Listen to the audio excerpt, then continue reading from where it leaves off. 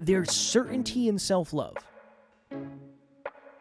Because we question a lot. There's so much to question. Are we going to grow as much as we want in the business? Is this client going to leave? Is this person that I sent a proposal to going to come aboard? Is this going to happen? Is this going to happen? Is this going to happen? There's so much uncertainty in day-to-day life. I'm actually more successful on the inside than I am if you look from the outside. And I'm convinced that we've all gone through a phase in our life where we were portraying more fulfillment and more happiness and more success and more status on social media than in our real life. Next Level Nation, welcome back to another episode of Next Level University, where we help you level up your life, your love, your health, and your wealth. We hope you enjoyed yesterday's episode number 1640, a common mistake when it comes to consistency. Today, for episode number 1641, do you love yourself? Right before we started recording, Alan said, where are you going in this episode? Where did this come from? What do you want to talk about? And I said, honestly, man, it's been very, very strange for me over the last however long, probably year, to feel like I actually love myself. It's very strange. It's a very weird feeling. It's a very reaffirming feeling. Sometimes I feel guilty about it. Other times, I don't know if it's true or not. I don't know if I really believe it. But I think what it's really done is, one, help me overcome the fact that it's not arrogant to say you love yourself. If you love your phone, if you love your car, if you love your home, if you love your favorite t-shirt, if you love your pet, why is that not arrogant, but loving yourself is? That would be my first initial thing. I probably would feel arrogant if I said that. I love myself. So that's part one. Part two is, I've noticed that there's almost like I don't know. If you think of it of like a layer and a layer and a layer and a layer, sometimes today was a really hard day. Maybe we lost a client, or maybe I have 15 messages out for potential clients. I gotta get a cough drop. Sorry. You're good. You're good. I know you're trying to do it. Otherwise, I'm gonna be coughing into the mic. I knew you were trying to do it quietly.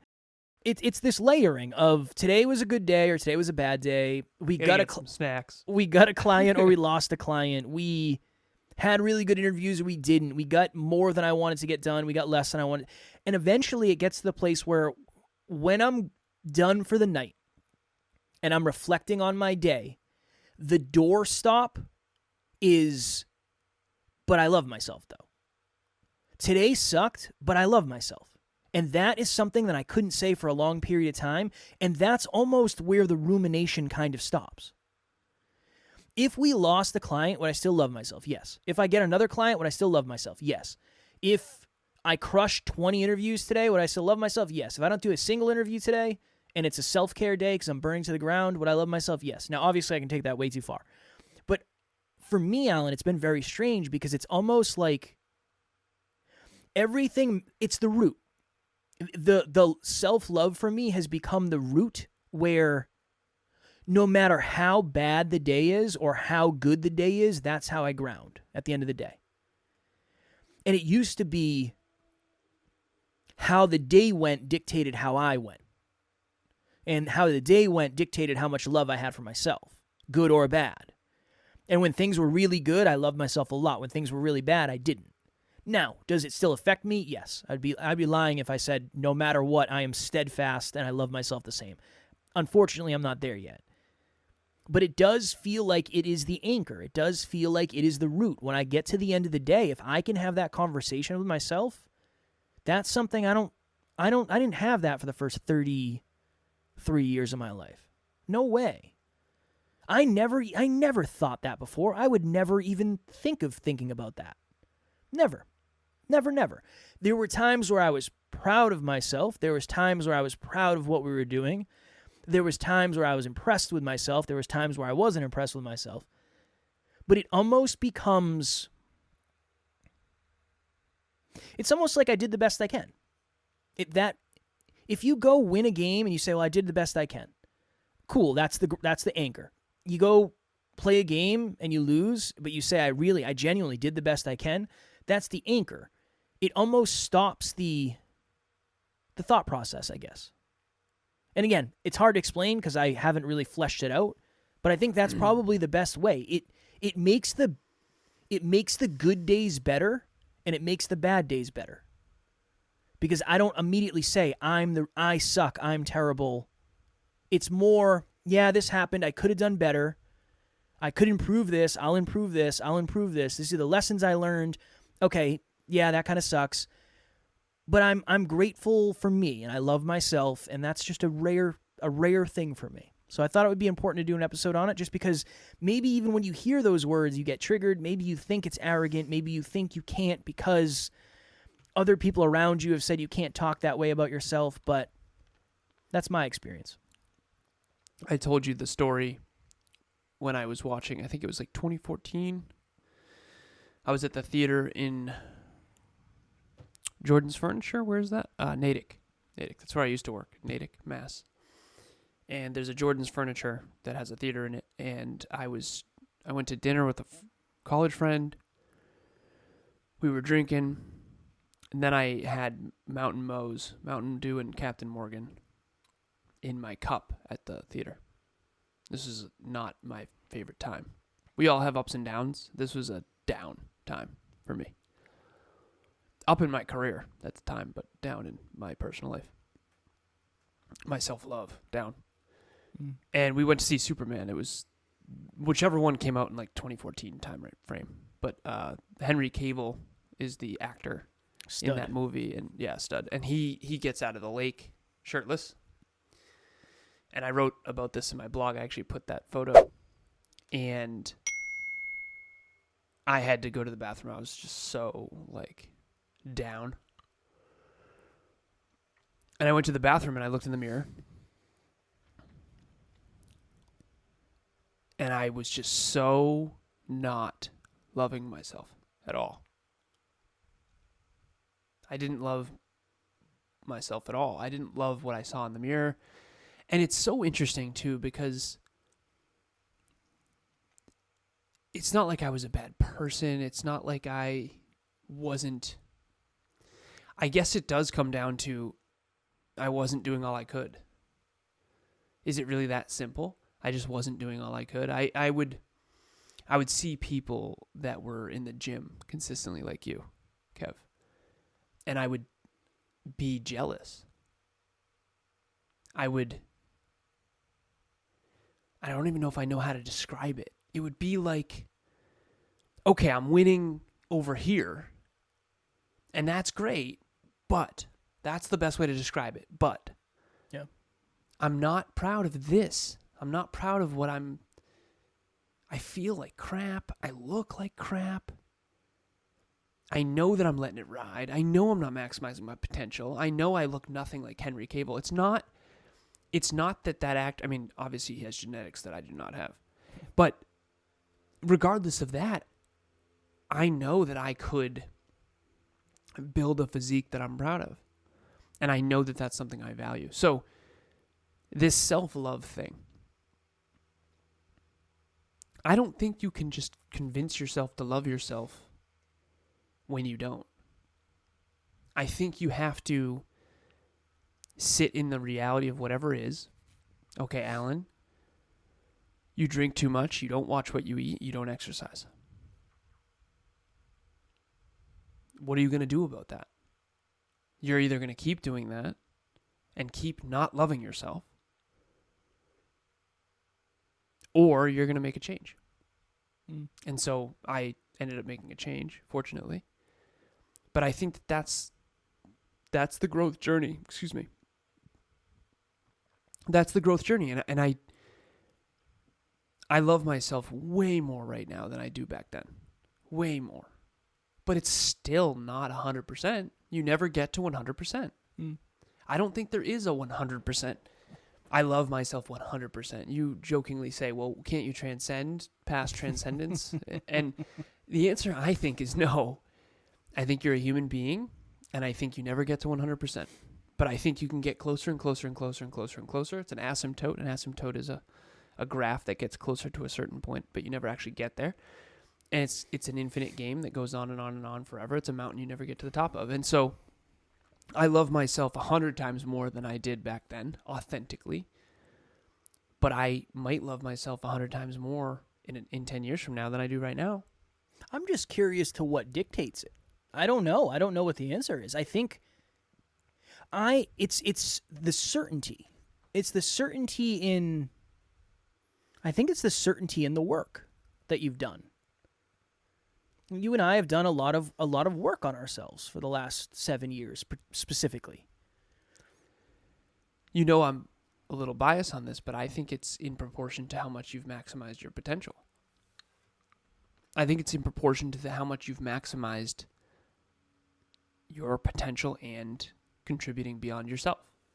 Yeah. I think it comes down to those two things. I do. And I think there's more though. I think there's a piece of it that's how comfortable are you with you. That. Isn't that in proportion to how much you've maximized your potential though? I don't know. No, I would say maybe you could use similar words. I think it's in proportion to how much of the darkness you've uncovered and shined a light on, maybe. Which is in proportion. Yeah. I don't know. I probably wouldn't label it that way just because that's not my normal language. That's your language, not mine. The maximize your potential. That's something that never, you know me, that never really resonated with me. But the best version of yourself. Becoming the best version of yourself. Be the best version of yourself. That's the same thing as maximizing your potential. Yeah. So yeah, I would say that. It's just a different label. I would say that. Yeah, I think you will love yourself to the extent that you actualize, you manifest, you create the best version of yourself. This is all based on what you believe too. So like you believe in yourself more, so you aim higher, and then you go on that journey, you learn more, and then you grow more. And then when you grow more, you believe in yourself more, so then you aim even higher. It's like this perpetual thing that never ends. Next Level Nation, what is happening? If you've thought to yourself, I want to try coaching, but you don't really know where to start, group coaching would be a wonderful place for you. That's really why we created it in the first place. We start a new round every 90 days. So if you're hearing this, go to the website, nextleveluniverse.com, and we have the landing page where you can actually hold your spot right now. Even if there's a group going on right now, you can still lock your spot for the next one. The biggest thing that we've seen is as we get closer and closer to the date, unfortunately, some people end up missing. The group fills up and they can't do it, and then they end up regretting that. So please head over to the website. The link will be in the show notes, and we would love to see you there.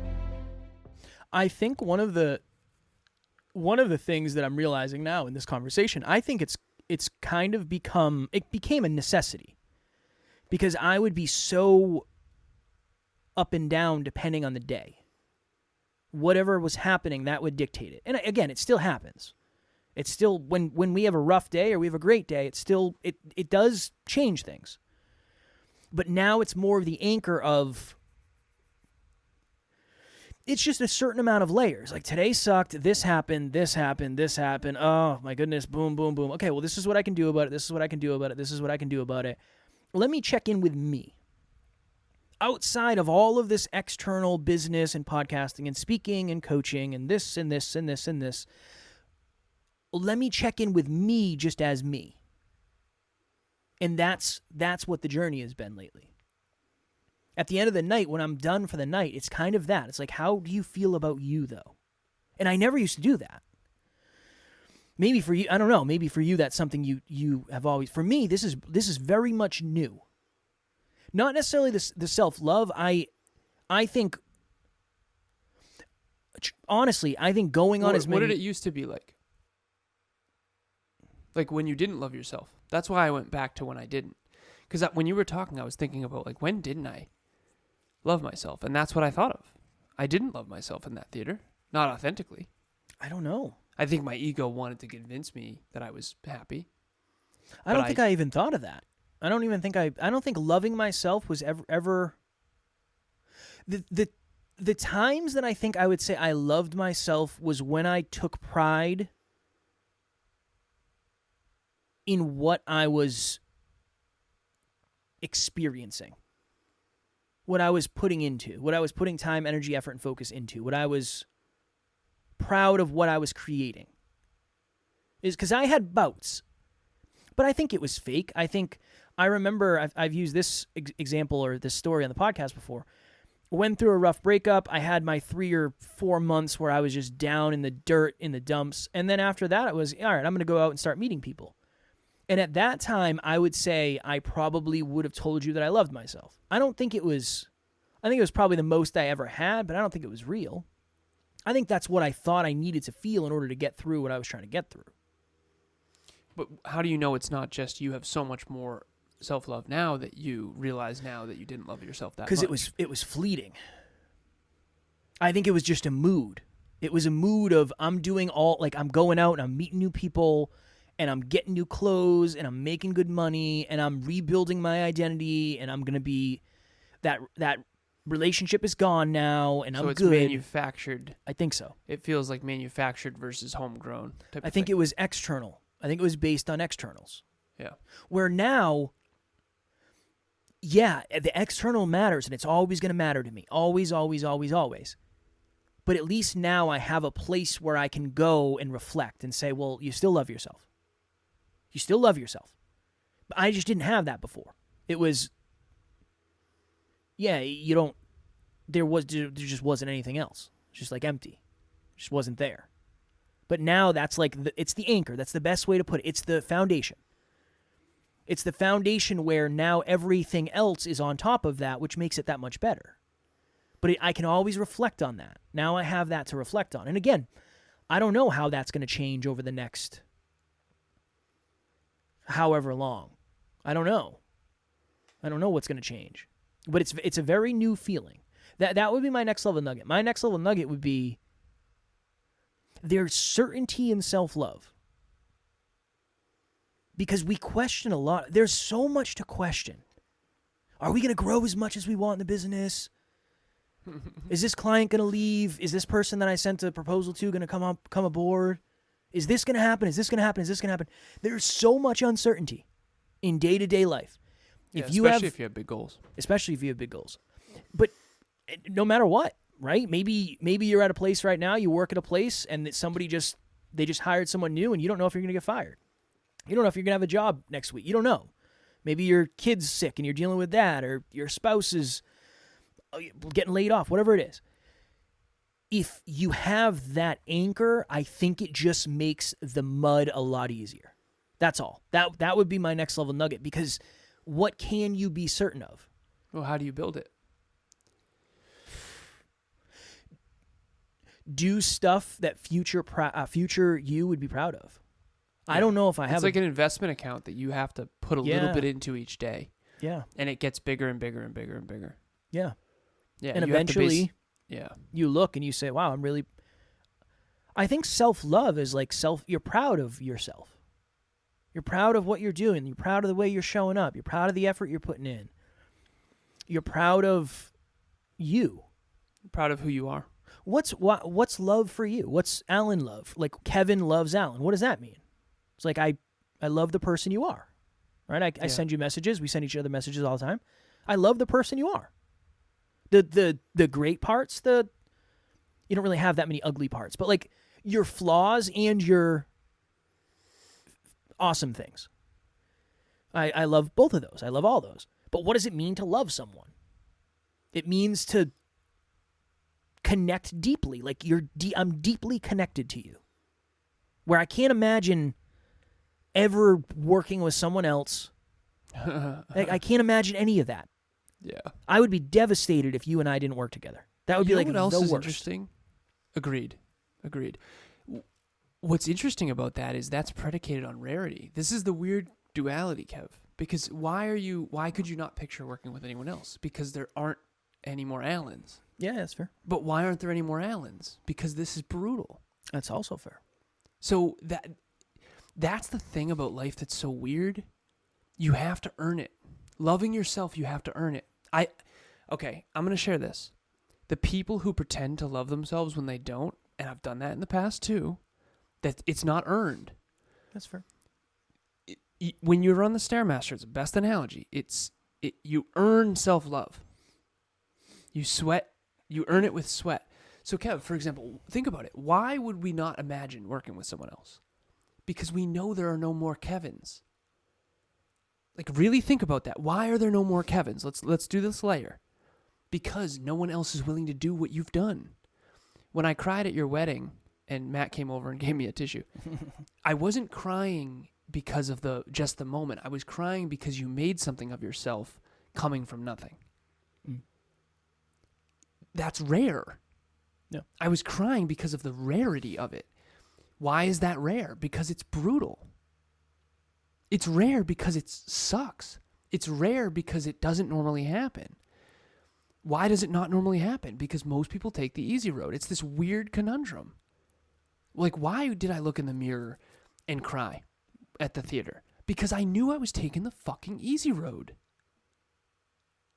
That's what it comes down to. It always will and it always has. The reason you love yourself, Kev, is because you've been taking the more challenging, higher road more often.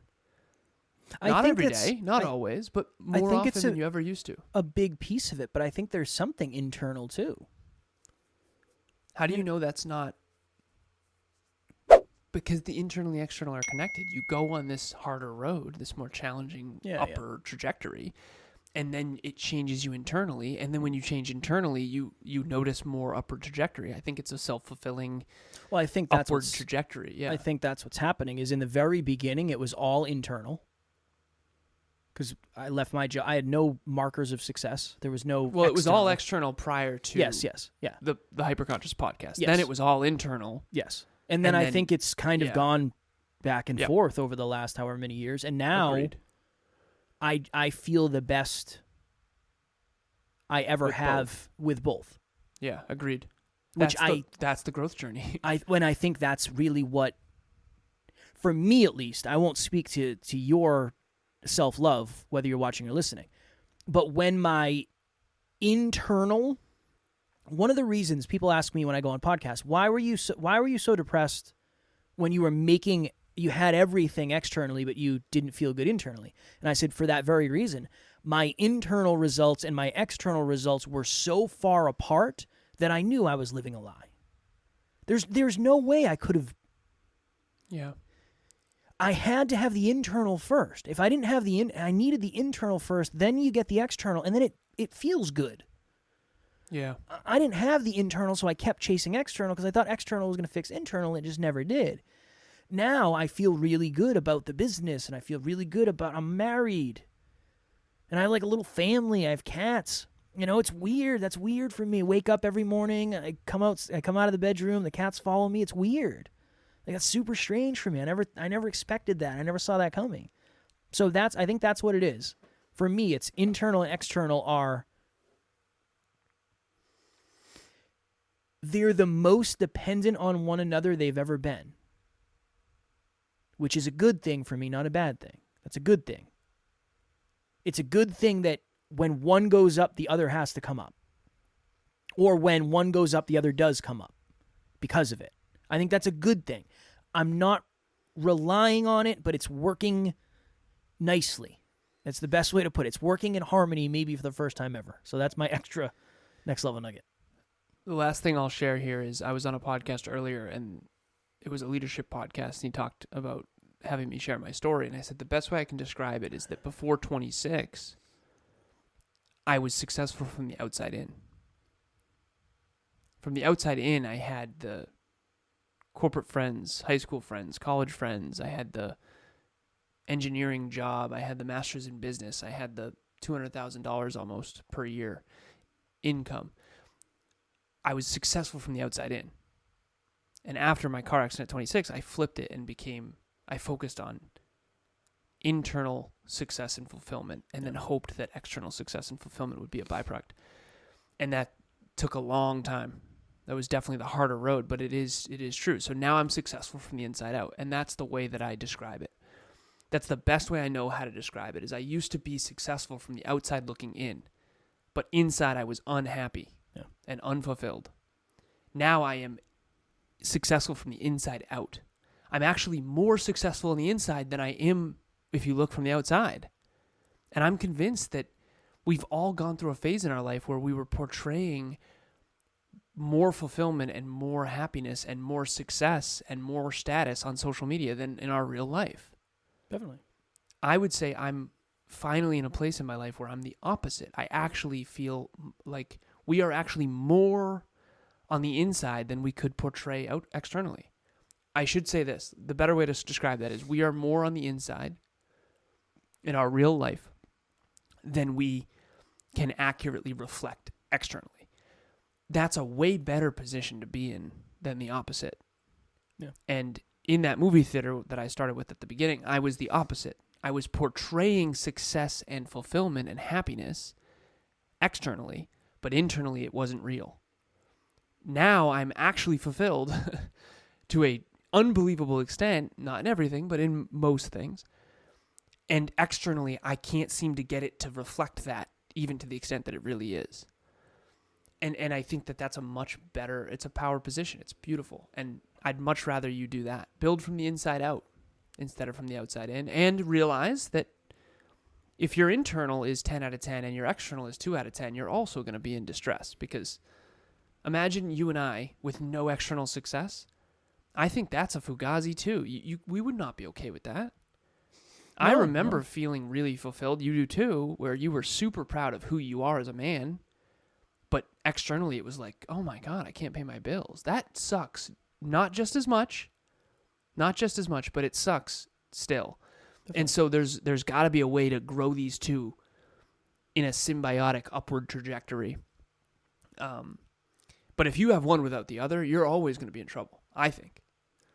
I would agree. And that's what holistic means. When we talk about holistic, it's internal, external. It's strengths and weaknesses. It's health, wealth, life, and love. It's all those things. It's that your relationship with yourself and your relationship with others. It's pretty much the opposites. I think that's what, for us, holistic means is you're really good at the opposites, which helps you be really good throughout the spectrum of those things. Or at least you understand the opposite. Well said. I am a bit of a philosopher myself, actually. It's facts. Yep. Next Level Nation, if you have not yet got your ticket for Next Level Live 2024, do so. We are putting together the roster. So there's going to be 60 humans. There's going to be 6 teams of 10. We'll have 3 teams of 10 virtual, 3 teams of 10 in person. And one of my favorite parts, and this was a surprise for me because I did not expect it to go as well as it did last year, was the breakout sessions. We got amazing feedback on the breakout sessions. Taryn, my wife, said that was her favorite part. She said, you got to keep doing that because that was amazing. That was like the thing. So that's why we're breaking people up into teams, is because we're going to have breakout sessions. And we're going to go deeper into what we talk about on stage. So make sure you join us. It's going to be amazing. If you feel like you need to pour into you, if you feel like you need to level up that internal stuff, I promise you this event will help you. Am I going to tell you you're going to make $1 million if you attend? No. We are going to talk about success, so I think it'll help you financially. But what I think it's mostly going to help you with, or it's going to help you with most, is internal stuff. So a link will be in the show notes. We'd love to see you there in person or virtual. Yeah, do this. The most humble, grateful, and growth-minded people all in one room for a truly life-transforming day. That is what Next Level Live is about. We only do this once a year. Please do not miss this. And it is wild to think that the last one, we were looking back at photos, it feels like 10 years ago. It does, yeah. With how much we've learned and grown and shared. It's wild. So please do not miss this. It will be the Mario Kart booster that you need to crush the rest of your goals in 2024. Tomorrow, for episode number 1642, something we've gotten really good feedback with or from so far, Freestyle Friday. I have an idea. We'll see. I don't know if we're going to go there, but I have an idea for Freestyle Friday tomorrow. So we'll see what happens, but that is what we're going to do tomorrow. As always, we love you. We appreciate you. Grateful for each and every one of you. And at NLU, we don't have fans. We have family. We will talk to you all tomorrow. Keep loving thyself. Next Level Nation.